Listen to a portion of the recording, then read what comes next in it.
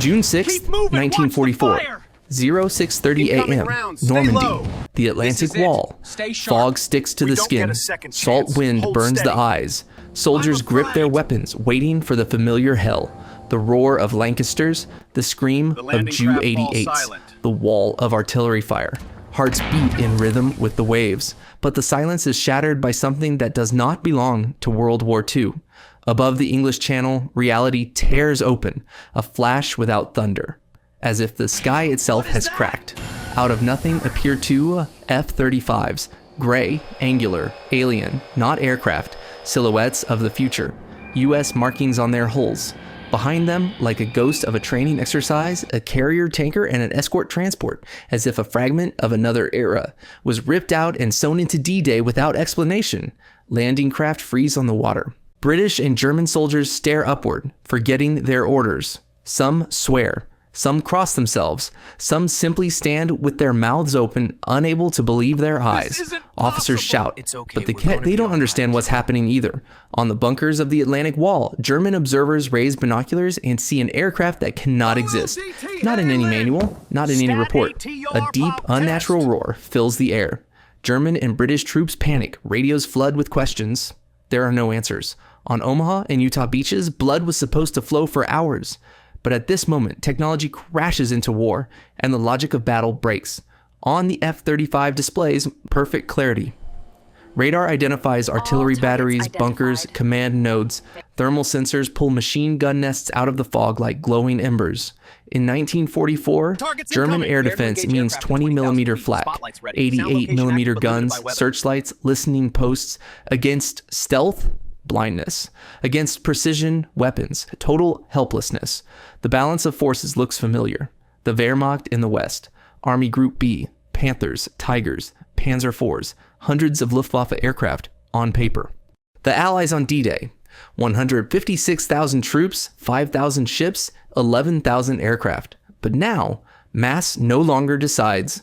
Only a few dozen people crossed through the rift, flight crews and security teams, and they change the speed of the war. The Americans themselves are in shock. Moments ago, training over warm Miami skies, clear weather, routine flight, then a white flash, pain in the eyes, a fall. The jets burst into cold fog. Below them, not a modern ocean, but hundreds of ships moving in tight formation. Destroyers, transports, landing craft. Everything looks wrong and far too old. The pilots don't understand what happened. Navigation systems fail. No satellites. Digital maps are empty. Frequencies are silent. The lead pilot looks at the sea and the sky in disbelief and sends a broken transmission. Where are we? Why is there fog? Why is there a fleet under us that shouldn't exist? No response from headquarters. Only the tense voice of the tanker pilot. We don't understand either. Those are World War II destroyers, real ones, with visual markings. That is when the truth hits. This is not a malfunction, not an exercise, not a joke. This is another time.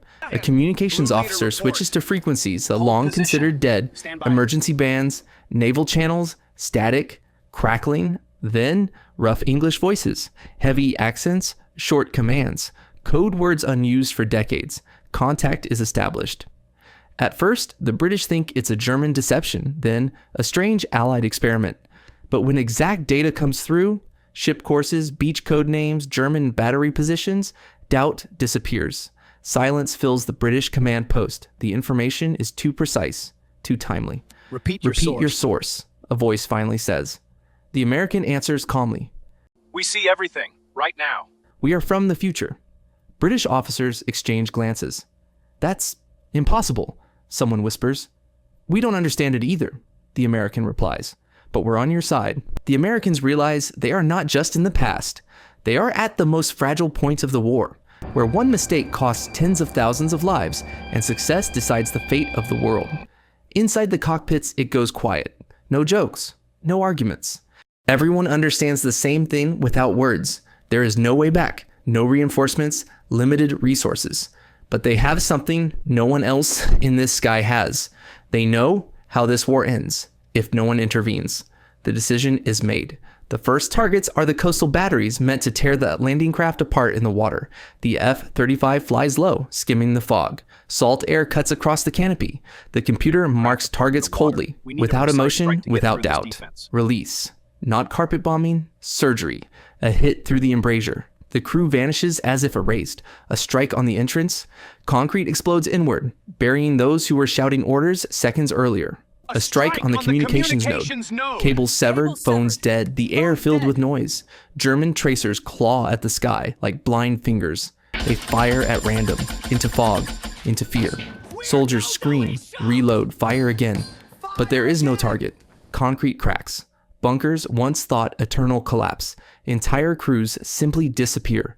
On the beaches, Allied soldiers don't believe their eyes. Machine gun fire weakens. Explosions grow fewer. The water no longer boils with lead as it should have. Officers look around. Soldiers raise their heads. They realize the hell is loosening its grip. The assault wave moves forward to places no one reached before. On the German coast, hysteria erupts. A battery commander grabs the phone, voice breaking. The British have a super weapon. I repeat, a super weapon. Send reinforcements immediately. Silence. The cable is cut. The radio drowns an interference that should not exist in 1944. Reserves stand still, not knowing where to go. No orders. Some soldiers run, some pray. Panic spreads like fire. This is no accident. This is a strike at the nervous system of the front. The second objective, headquarters and control bridges. In Normandy, wars are won not only on sand, but on maps. Communications hubs, rail lines, command posts. The F-35 slips deep into France. For 1944, it is a ghost flight. Unseen, unheard, unreachable. The Luftwaffe tries to respond.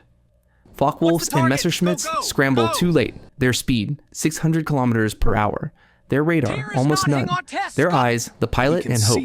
Against a machine that sees farther and strikes first, they are just statistics. Launch. The air-to-air missile leaves without ever entering visual range.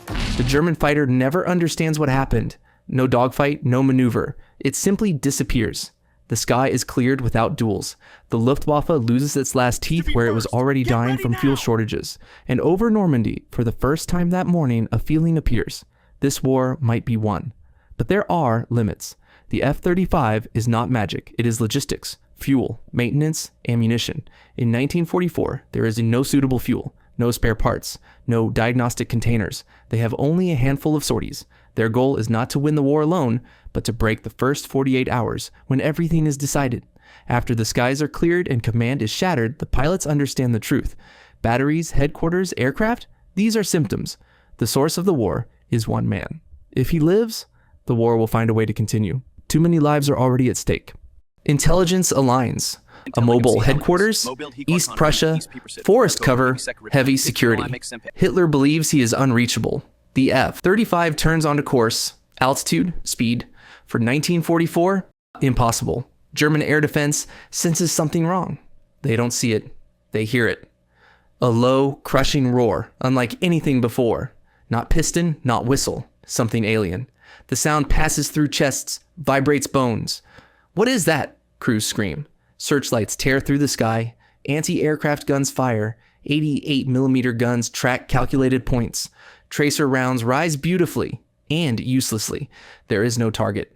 The aircraft's speed drives them insane. It crosses sectors faster than barrels can turn. The roar grows louder. Some cover their ears, some fall. Some abandon their guns. It's too fast. It's not an airplane. Air defense fires into emptiness. Commanders shout. Communications collapse. No one knows where to shoot. The F-35 passes over the security zone like a blade through air. Radars are silent. Searchlights are blind. Air defense is helpless. The strike is not on the bunker. It is on the moment. A vehicle convoy. Security detail. A brief window. Release. No explosion familiar to World War II eyes. Precise. Instant. The vehicle vanishes in a flash and fragments. The guards don't have time to understand.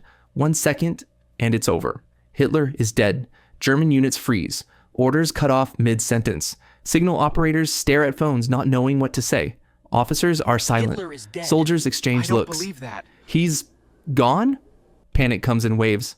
First, disbelief, then fear, then understanding. If they could do this, then nothing is beyond them. Gunners sit beside cooling barrels. The roar still rings in their ears. The sky is empty. And that emptiness is the most terrifying thing of all. The F-35 leaves, as suddenly as it arrived. No victory signals, no flags, no explanations, and inside the Reich, collapse begins. No voice, No center, no will. Mission complete. A short transmission goes out. Bravo! Request refuel. The answer comes immediately. The tanker emerges from the clouds like a lifeline.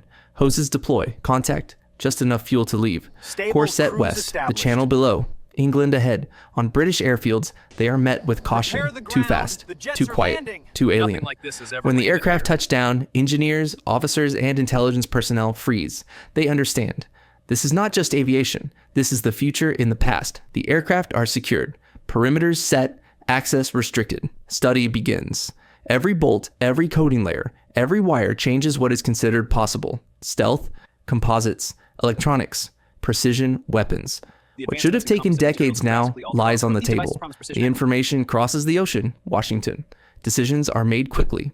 The aircraft are transferred to the United States under classifications that do not yet exist. They are not copied, they are understood. And that is enough. History accelerates, not only on the battlefield, but in science. Radar, jet aviation, materials, computing. What was meant for the 1960s arrives decades early.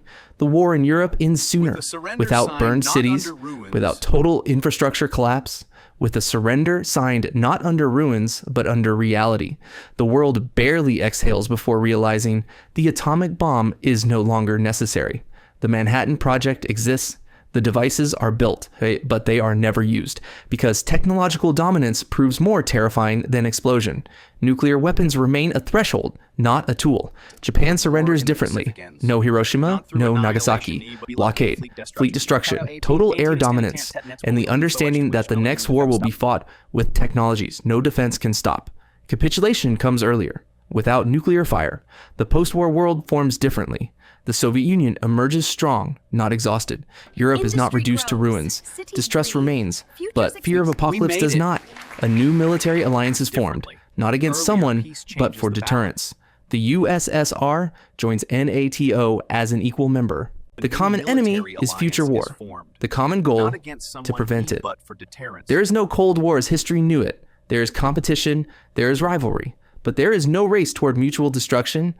The United States becomes a superpower faster and more softly, not through devastation, but through knowledge. Its economy grows on technology, not ashes.